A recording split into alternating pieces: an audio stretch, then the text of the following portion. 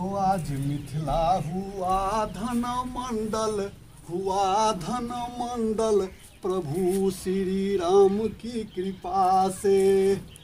आज मिथिला हुआ धन मंडल प्रभु श्री राम की कृपा से। माता अन्नपूर्णा ने महिमा दिखाई, कितने बरस बाद घर आज आई।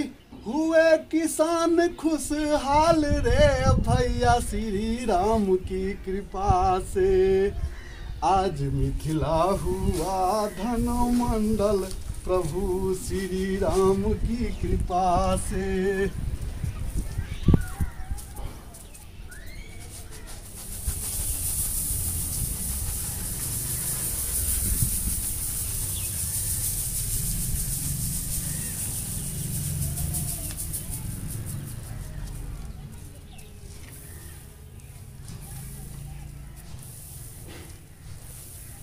जय जय श्री सीताराम।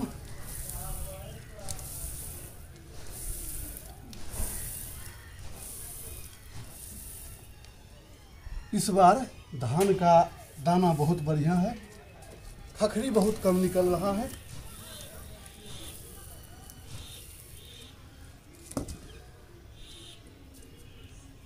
तो सुप्रभात भाइयों, समस्त मेरे चैनल के दर्शक। मैं आज धान का ओसौनी कर रहा हूँ।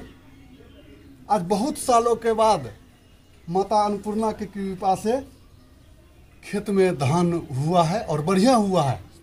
पूरा मिथिलांचल में, ये नहीं कि हमारे घर में, पूरा मिथिलांचल में लगता है, सुने हैं सारा बिहार में धान का खेती बढ़िया हुआ है।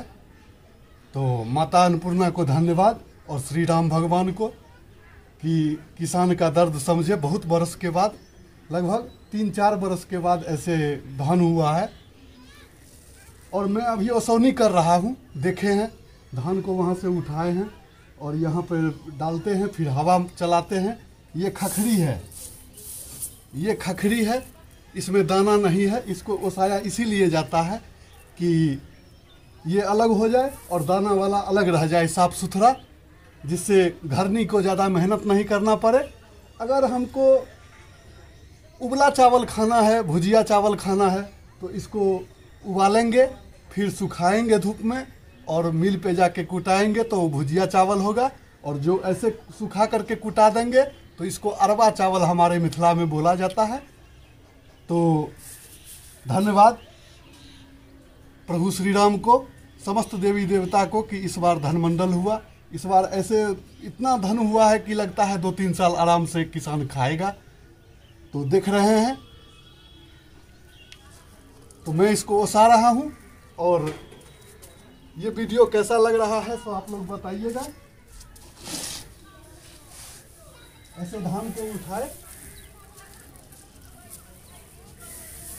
और ये डगरा में डाल करके इसको बिखराते हैं।